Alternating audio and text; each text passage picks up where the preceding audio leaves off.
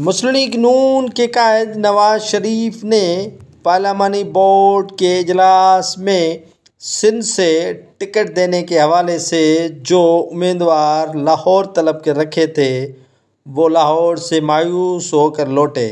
नाज़रीन, मुस्लिम लीग नून के कायद नवाज शरीफ ने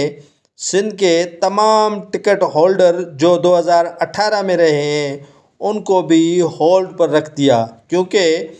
नवाज शरीफ चाह रहे हैं कि सिंध में एंटी पाकिस्तान पीपल्स पार्टी जो अलाइंस बन रहा है उसमें सीट एडजस्टमेंट हो सकती है, तो टिकटों का फ़िलहाल आसरा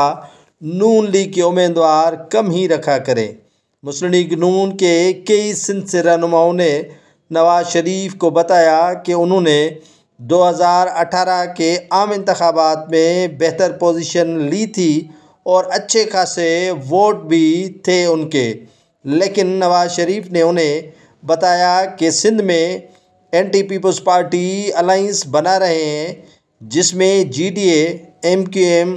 जमीयत उलमा इस्लाम व दीगर जमातें शामिल हैं। उनसे सलाह मशवरे के बाद ही मुस्लिम लीग नून के